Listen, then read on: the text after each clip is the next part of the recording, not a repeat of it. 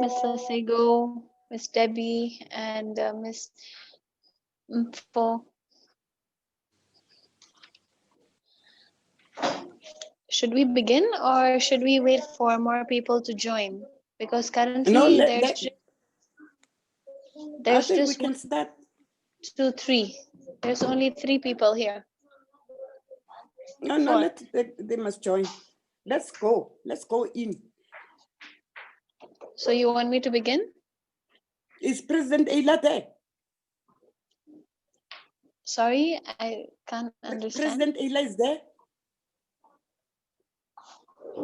I think there is a problem here in South Africa with the certain With the internet? Yes, areas. I'm here, Princess Debbie. I'm here. Oh, okay, President Ayla. I think we can start. Yes, Okay. I didn't want that they must start without President Ayla being present. Okay. Okay, sure. Let's start then.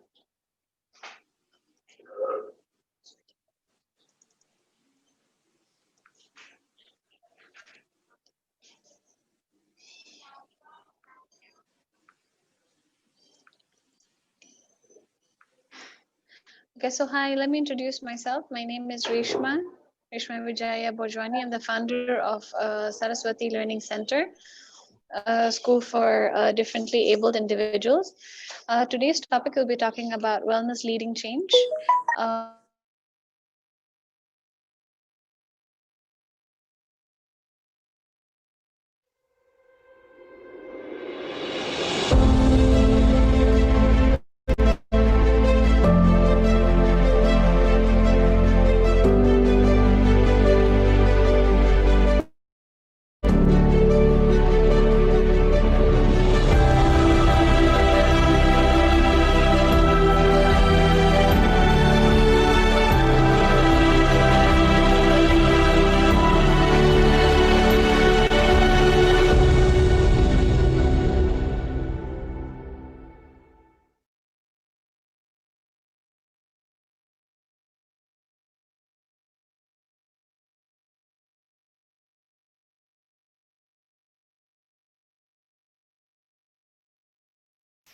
That was our introduction, and now over to you, please, Ms. Reshma.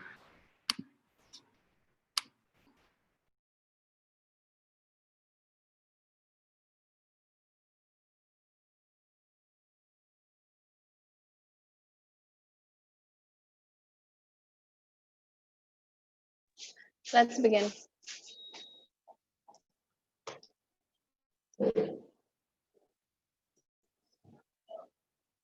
Okay, so today's topic is about finding your personal quest.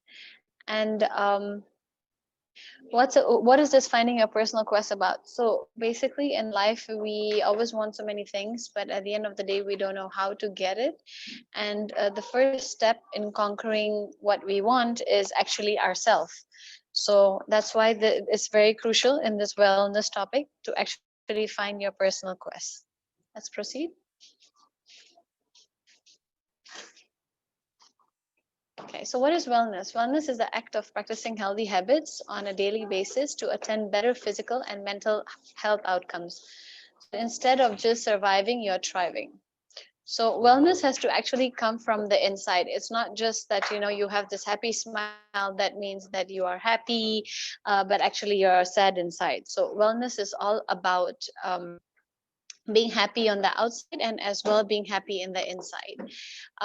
Of course it's not easy, but at the end of the day you need to try for it. Okay, not just survive and be okay with anything. You really have to try to find wellness for yourself. So what are the areas in our life that we need to try for to be happy?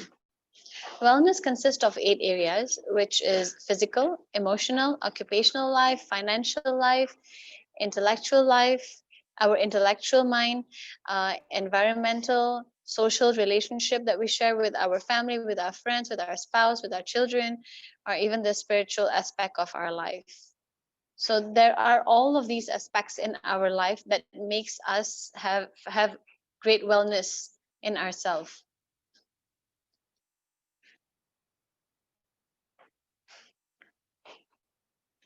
Okay. So what happens when we practice wellness in all the 8 areas of our life? What will happen is that we'll have a balance in our life. We'll be happy then with that balance because we have divided our attention equally into our work, our family, our spouse, children, in-laws, and also finance and friends and spiritual life, or even our physical well-being. So we've actually divided equally among all the 8 aspects in this life. So eventually we'll have a balanced scale and we'll be really mindful and really happy and peaceful in life because everything is under control. But what happens the other way around?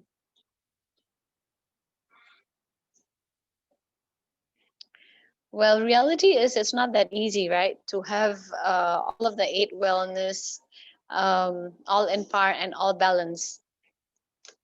So the reality of our life is that sometimes we give our work so much more importance because we choose that it's easier and to manage that, and our interest is more there, and everybody can understand us better, and hence work has become a more important in our life, and then we sacrifice other things for in our life. Then so life gets sacrificed while work is our main importance. So when we lack that balance, what happens to us? Well, we'll go crazy, right? We'll be pulling hairs, and then when we go home from work, we'll be like, oh my god, my child is asking for food and I haven't cooked as yet, and I'm getting irritated, how to deal with them. And my spouse is also asking for attention when I'm like, hey, deal with it yourself, right? So we become this bitter person in life because we're already so tired at the workload at the workplace that we don't need in our life. We enjoy work so much that we dedicate most of our time to work, or maybe other factors that we really enjoy.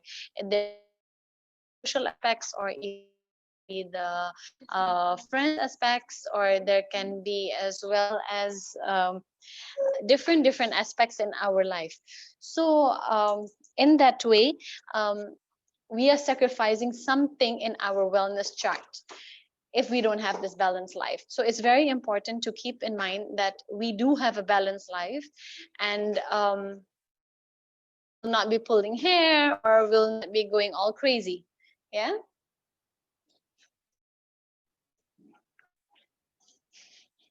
So definitely we all want a happy life. I mean, we were born happy. Why isn't our life happy then? Right? I mean, when we were born as babies, we were like this happy soul. We had smiles all over our face, and we were just happy. But why our life has suddenly become not happy? So, but there's nothing to worry about. You can actually have a happy life. I'll show you how to do it. So first is you need to identify your weighing scale. Out of all the eight aspects in your wellness chart, you need to identify step one is identify your weighing scale. So if all of you have a piece of paper, maybe y'all can do this exercise for 2 minutes or so, where you can write down how your weighing scale is. So for me, my initial step in my life was that it was very unbalanced. I had the financial, environmental, physical, intellectual, and occupational side. Um, more while on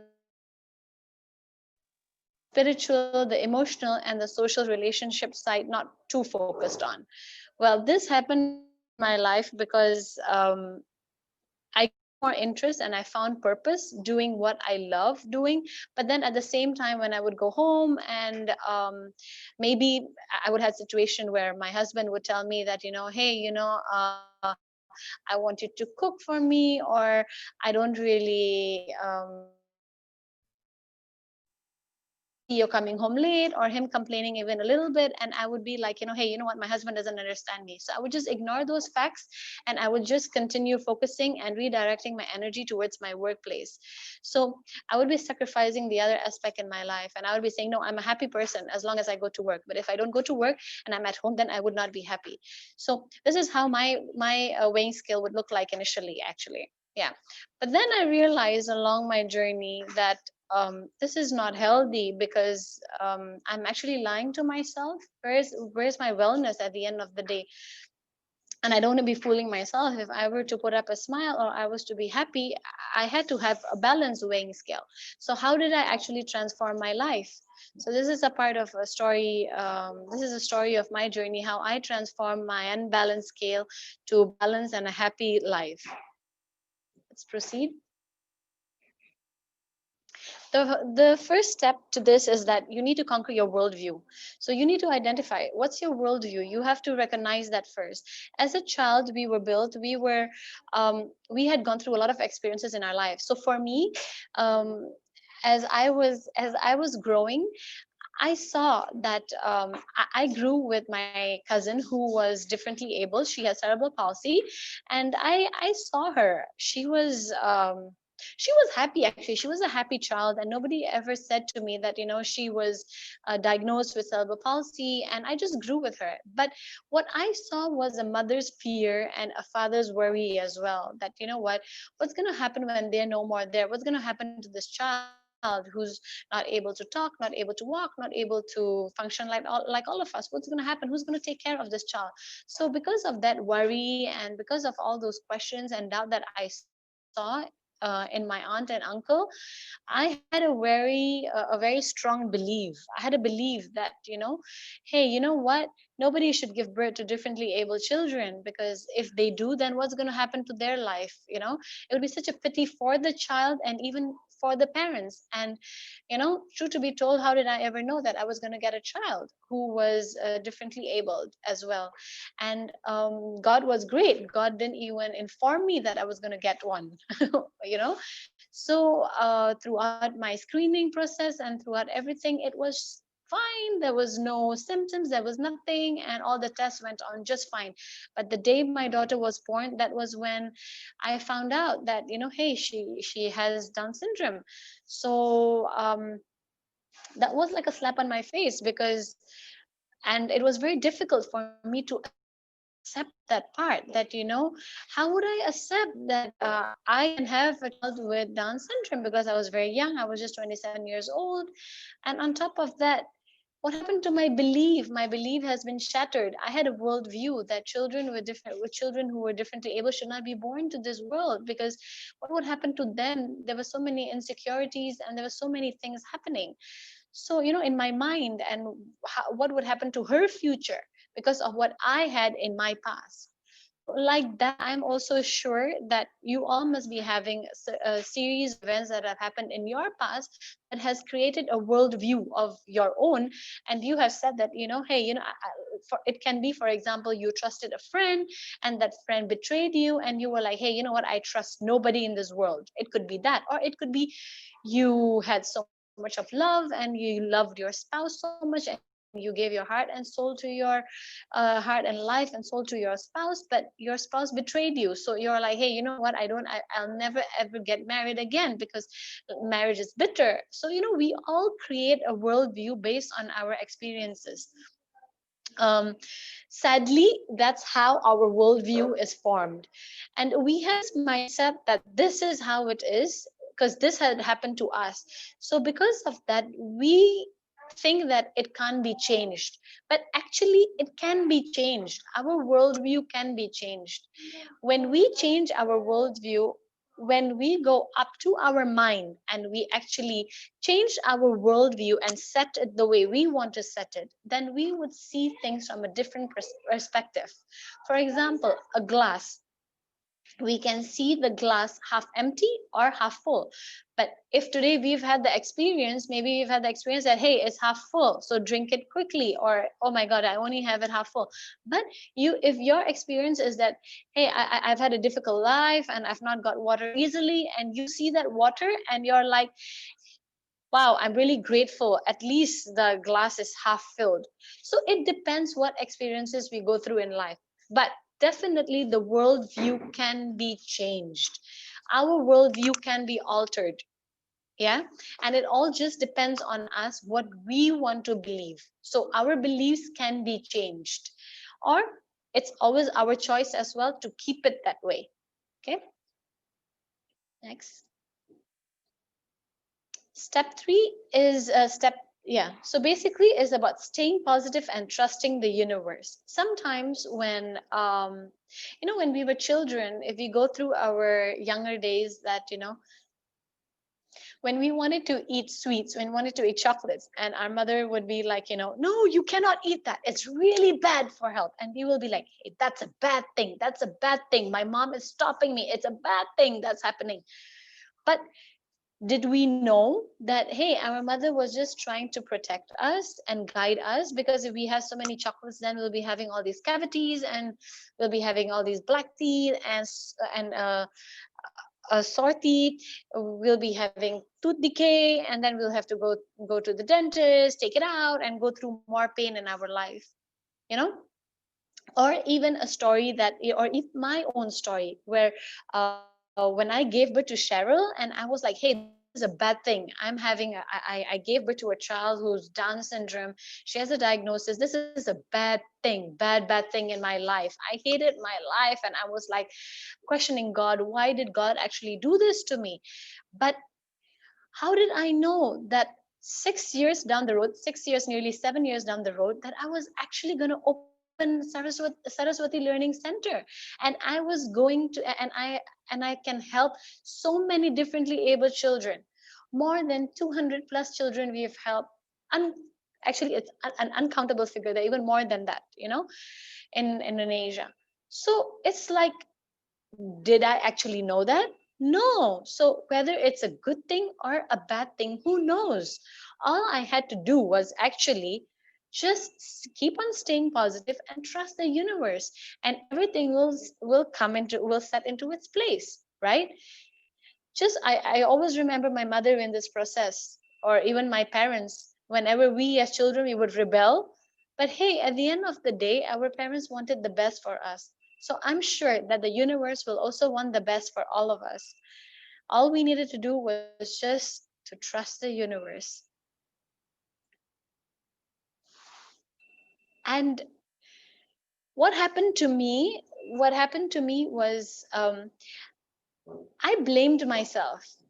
During the process when I was conceiving with Cheryl, she was I found out that I was pregnant, and my husband was not ready to have the child. So I was like, okay, so what should I do about it? And I already went through trauma with my first child, so I was not interested to go through another trauma with my second child. So then I told my husband, what do you want to do? Just tell me. So he was like, hey, you know what? I think you should just discard the kid. So I was like, okay, if that's what you want. And I then took one pill in my. I took one pill, just one pill. It was not an abortion pill. It was just one tablet. So with one tablet I took, I was not sure that when I delivered my daughter, and of course, she's Down syndrome, I did not know that it was because, is it because of that one pill? And I was just blaming and blaming and blaming myself. I was throwing arrows after arrows and arrows after arrows to myself, saying that, hey, you know what? Is it my fault? Have I done this to myself? Have I done this to her? Am I a horrible person? I should not have done that. I could have done this should not have happened if I would have done that. Or if I would have gone to another doctor, maybe, who was a better specialist, maybe I would have identified it, and maybe I would not have given birth to her. So I kept on throwing arrows and arrows and arrows to myself, and I'm sure you must have thrown even arrows at yourself as well, for many different situations, when we feel guilty that, hey, is it because of us? Because we always have this question of doubt that, is it us who's the creator of all of this, of all of the problems in our life? But actually, okay, fine, we've done a mistake, but it's not necessary to keep on throwing arrows at ourselves, right? We need to also acknowledge that, okay, fine, we are not a perfect human being, we have tried, and yeah, okay, but it took me a while. It took me 5 years to stop throwing arrows at myself, by the way. So for the first 5 years of my life with my daughter, I kept on throwing arrows at myself, saying that I'm the one who's at fault. But after that, I realized it was not my fault.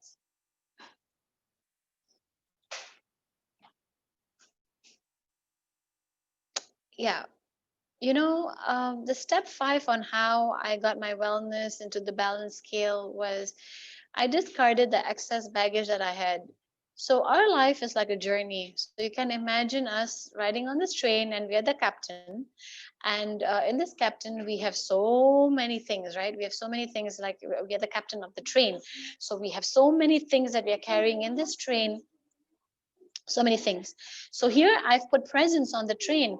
So because everything comes in present and they're box of surprises, sometimes we can open one box of surprise and we're like, okay, I like this surprise, I'm going to keep this present, or I like the other one. But there are some of them that we don't like, and maybe we can try keeping them for a while. But if you feel that it's disturbing your mental health and you're getting disturbed by the fact, and it's okay that to discard it. It's fine to discard it, because um hold on, just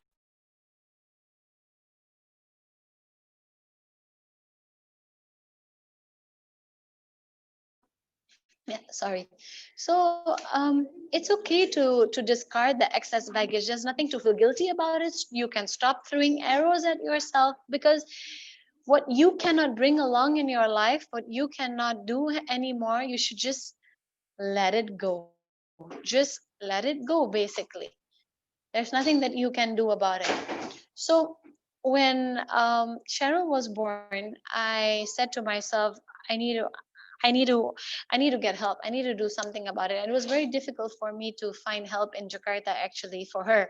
And I went everywhere. Even the doctors here in Jakarta were not able to diagnose her with Down syndrome, actually. It was only after I went to Singapore that I got a proper diagnosis for her, and they did a blood test and they guided me on how to go about with her. And throughout the process, I always thought that whether I was doing the right thing, whether I was doing the wrong thing, or whether I was doing the good thing, the bad thing. I had so many questions with myself, and I had burdened it all to myself, all this thing that, what, I'm in a mission, I'm in this mission all by myself, I can do it. But why? Like, I didn't realize it back then, but carrying all that mission, all these boxes of presents in my train, it was making my train go slower and slower and slower. But the moment I discarded one box, two box, three box, and I said, hey, you know what, one card can only fit two. So I had only six in this car, on the whole, in my train. And I was a way happier person, a way, way happier person.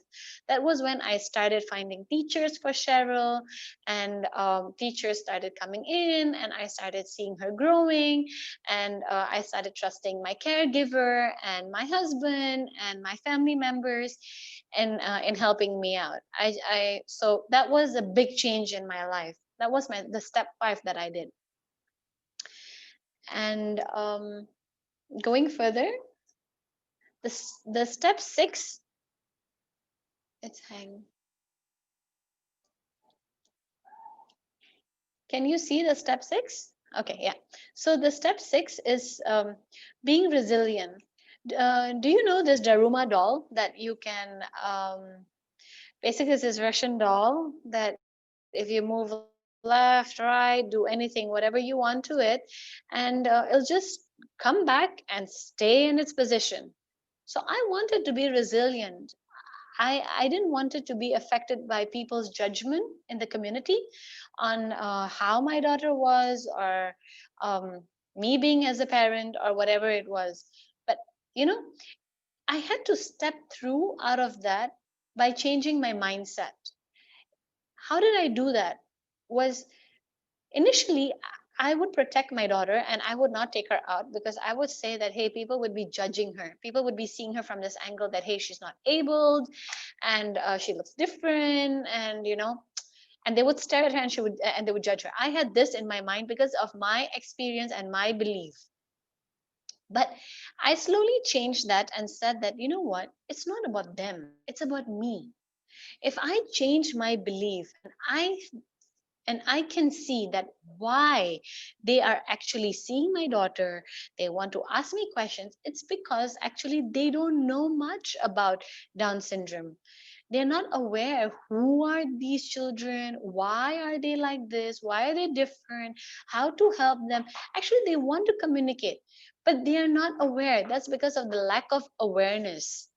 So only when I could retell that story to myself and I believed in that story, then only could I change my worldview, and then only could I see the world from a different angle. And then things would become resilient to me. So if anybody would ask me any question, or if anybody would say, oh, your daughter looks like this, I would not, I would not see the person in a negative way, but then I would just stop and say, okay, she's curious. That's why she's asking. So let me help her. That was how I would change the story. And that was how I became more and more resilient in my life, and started to be open regarding Cheryl's journey, my journey as a failure and as a learner, and and also it was all because of her.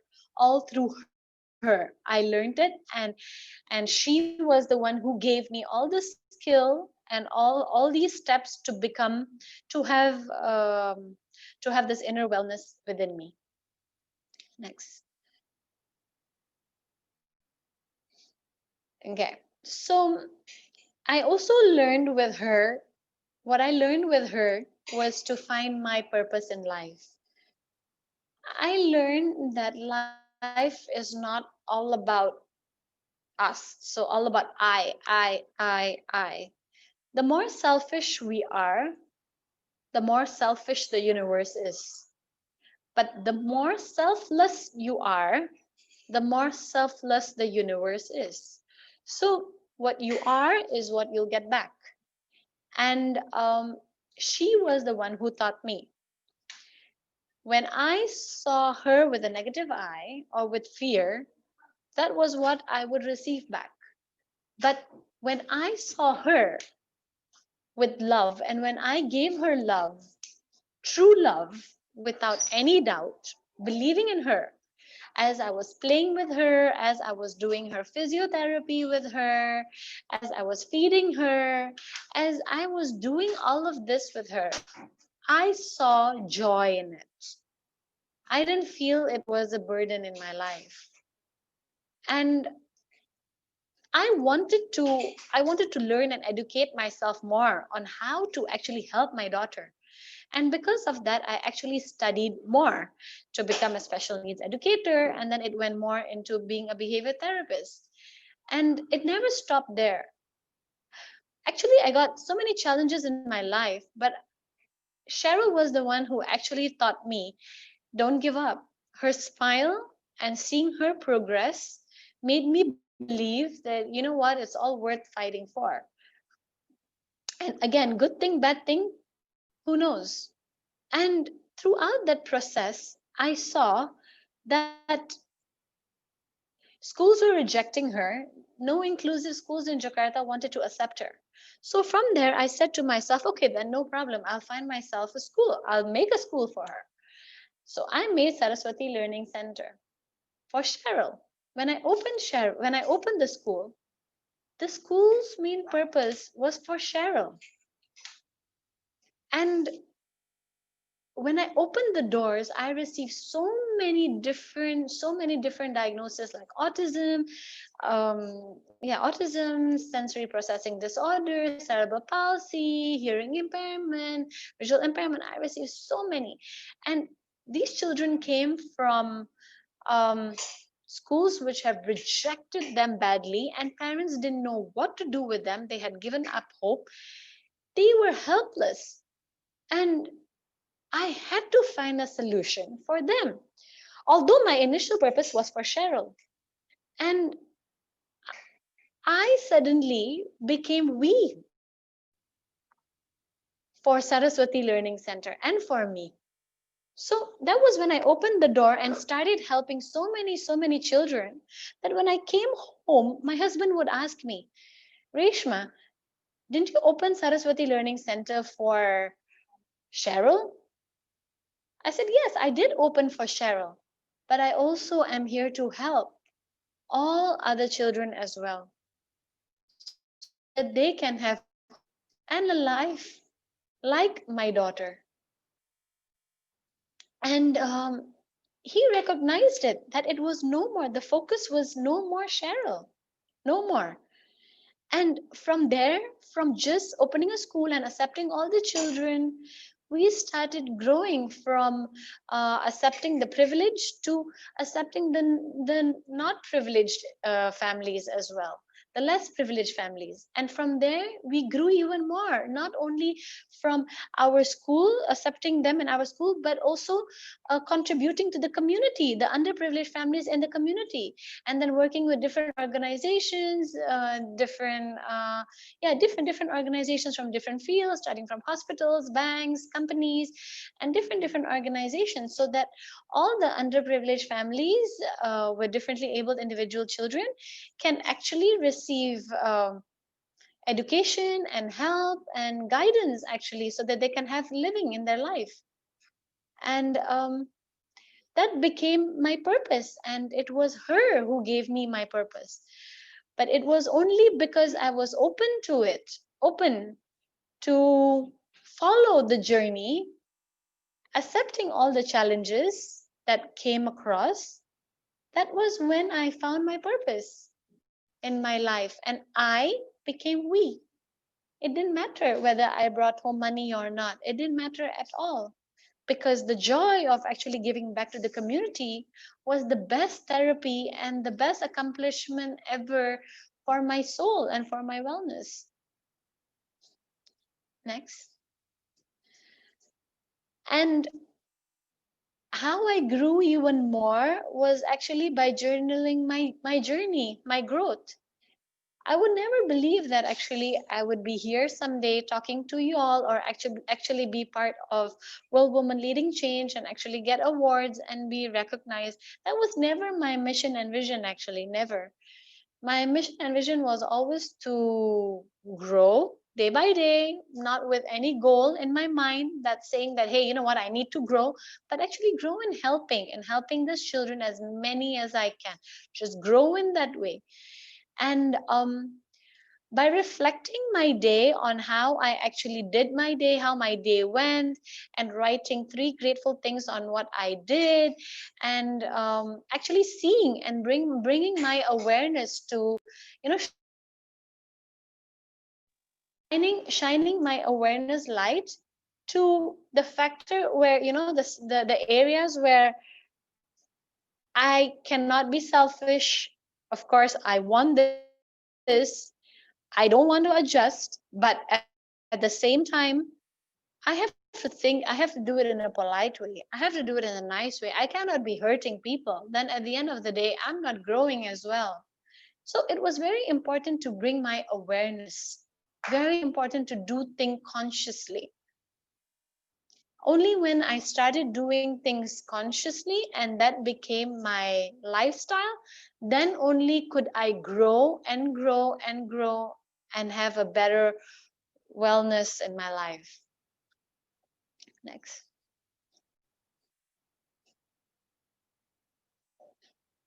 So the ultimate one, what I learned actually in throughout my journey with my daughter in this 12 years of my life with her, is that when you are setting goals in your life, you need to always remember one thing. But before I answer, I want to discuss with you this picture.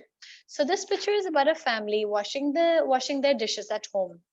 So what do you see as an individual when you see them washing their dishes? There's one picture on the left and one picture on the right. The picture on the left shows that there's a husband and wife washing the dishes.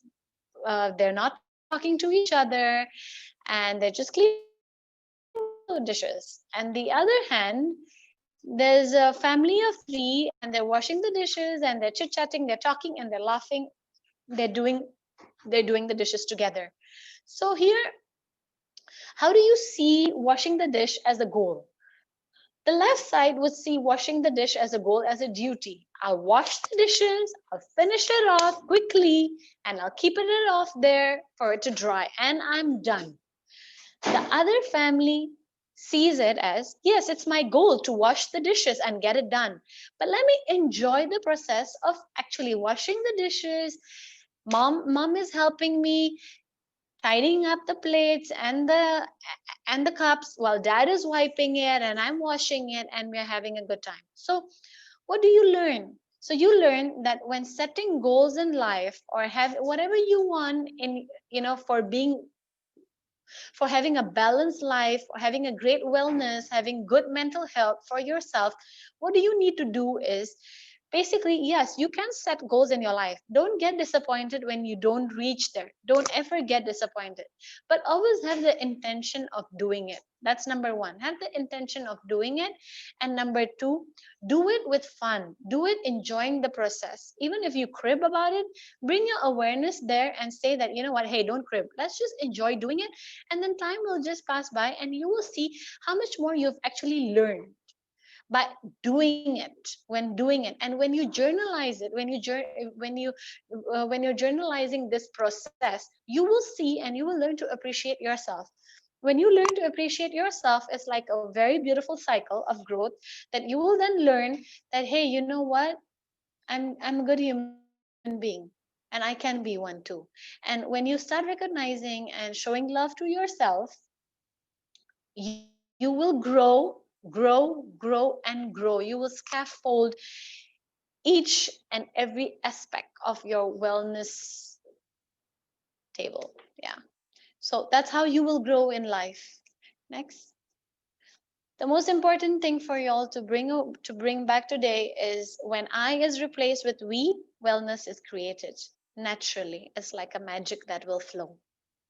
So thank you. That was my presentation, and I've kept 10 minutes to actually discuss with you all. If y'all have any questions, any feedback that y'all would like to discuss, we're open to it. So last 10 minutes.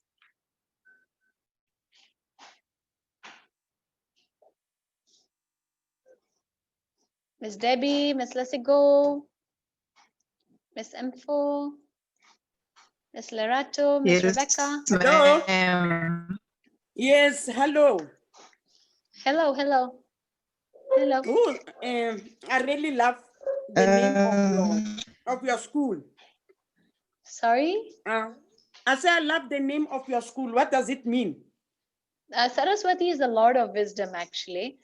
So Yeah. when you see my logo, so Saraswati is the Lord of Wisdom who sits on a lotus and carried by swans. Swans is the symbol of purity, right? And peace and everything. So my logo is about, that's me, the lady with my daughter under the SLC bridge, which is carried by Saraswati, the Lord of Wisdom. And it's made with love, carried by the two swans, bringing Yes. forward the mission to this life. Yes. Okay. Yeah. Yeah. No, thank you so much. No, I was Thank saying you. that it is just like one of our President Lesego's organization. It called Serratabato.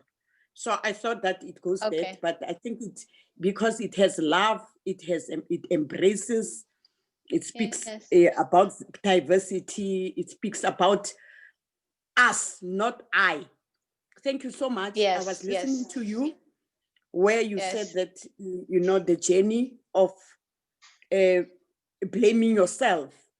And I Yes. think really we women, we like to be very hard to ourselves. And that child Yes. was born out of love. And sometimes, Yes. you know, we want to get approval from men. And I think Yes. we want to get approval from men because you had the first child, you had the second child, and you had that when you had that child, you were responsible enough. And then after that, Yes. he made you to become really to blame yourself. But I'm so proud of you that, you know, even Saraswati, it's so inclusive. And then people could see, you know, Yes. the best of everything in you, especially with the human being alive. I've got a friend who is having a Down syndrome child, and that Down syndrome child is my friend. And I think one day I will invite her to come and speak here. And you know, she called me my friend. My friend's child, she calls me my friend. And you can see how loving are the Down syndrome kids.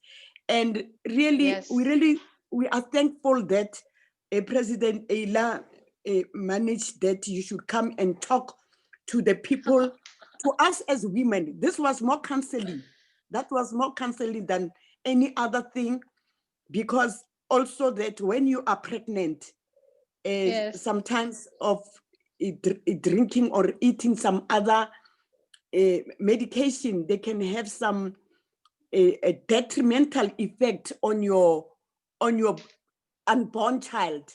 However, I don't think that your child for being Down syndrome is because of you drank a certain tablet or medication. It is about genetic makeup, and we should also bring someone who is an expert on Down syndrome. But thank you so much, because people think that even if you are young, you won't have some genetic kind of problems. But I'm so happy that, you know, from that, Saraswati was born. I thank you so much, my sister. And really, we must bring more of the people who are different from us, but they are also adding value in our lives. Ms. Debbie. We thank you. Thank you. And I thank also President Ayla, because I told her, I said, President Ayla, if ever we don't have the world women leading change, I'm so happy. This is my happiest day of my life. And this is the day when my mother, we made a memorial, you know, a memorial celebration for her, the 17th of November. It is my husband's birthday. It is our president's birthday. We have born Saraswati Learning Center in the World Women Leading Change. Thank you. Thank you. I love you all. I thank you. Thank you. Thank you, Ms. Debbie. Thank you. Thank you so much. Thank you. That was a lovely, lovely speech, actually. Very nice. Very nice. Well shared. Very inspiring. Thank you so much.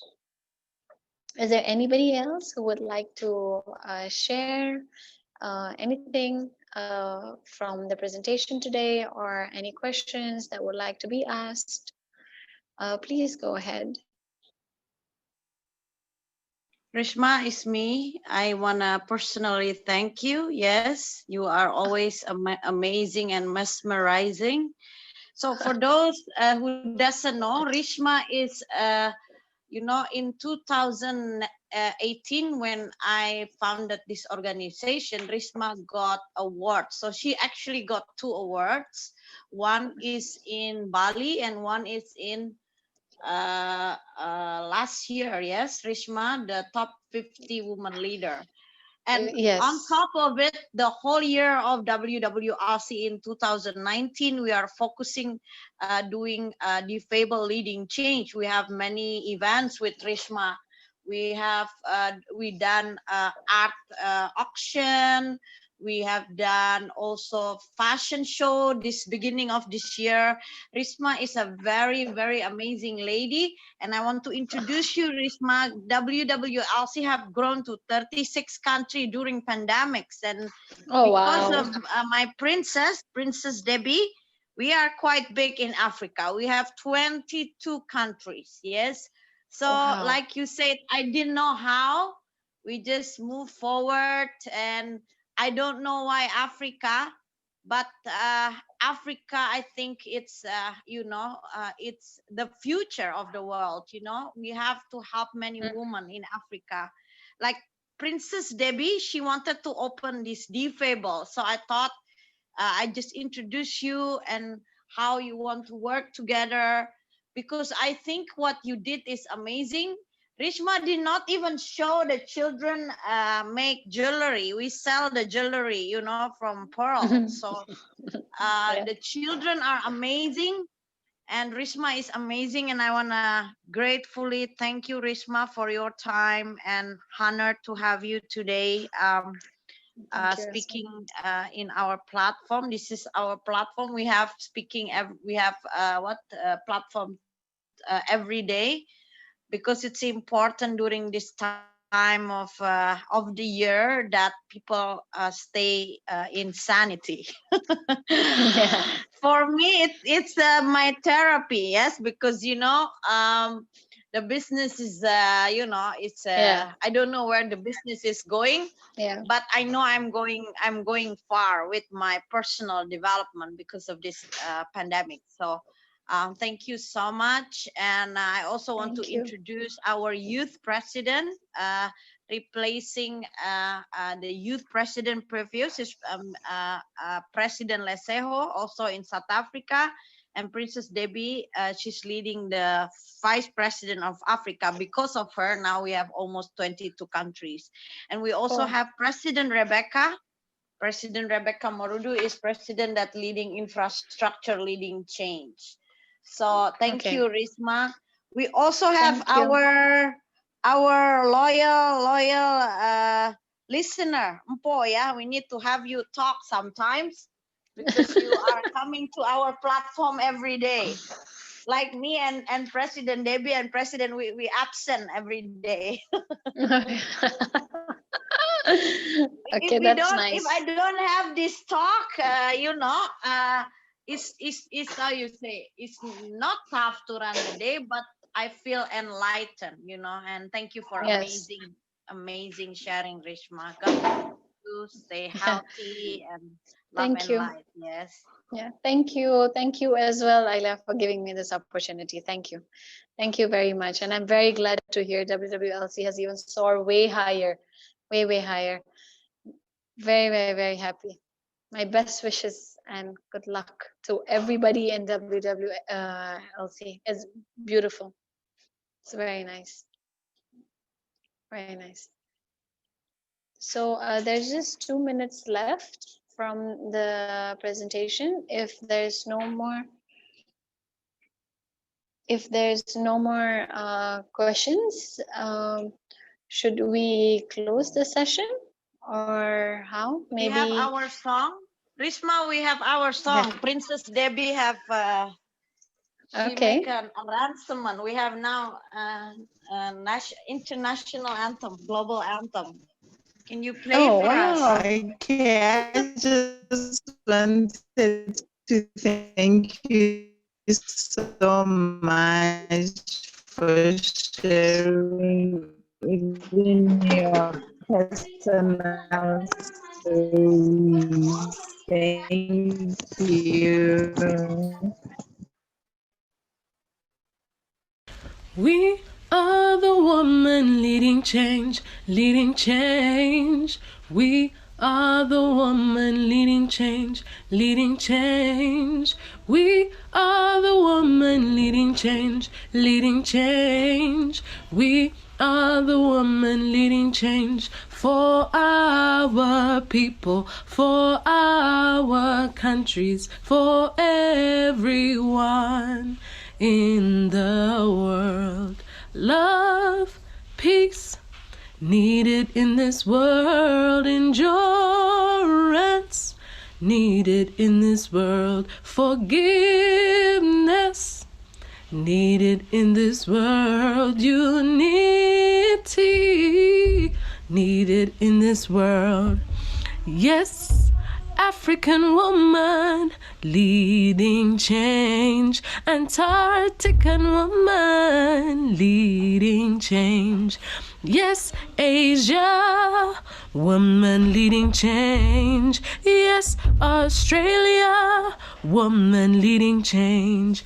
Yes, Europe woman leading change. Yes, North America. Yes, South America.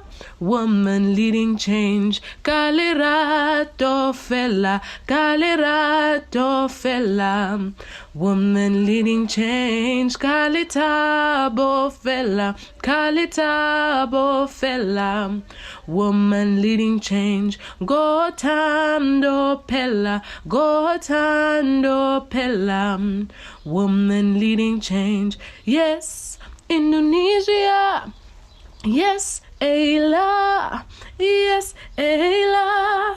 Woman leading change. Yes, Indonesia. We thank you, world woman leading change. Beautiful. Really, really beautiful. Very nice. Really very nice. Very touching. Lovely.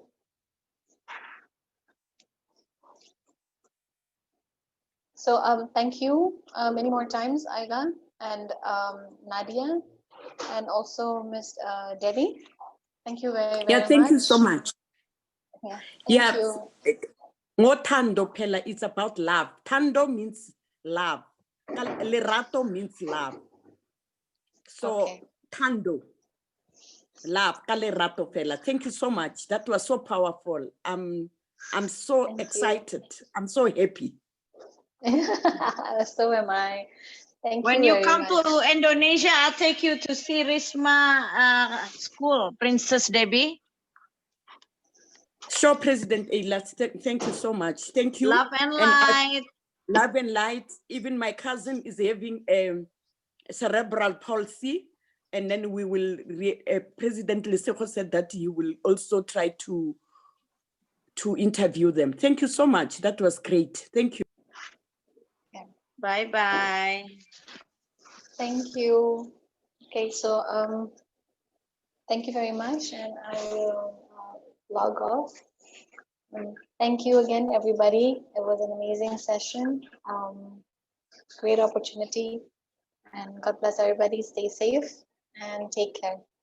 Bye.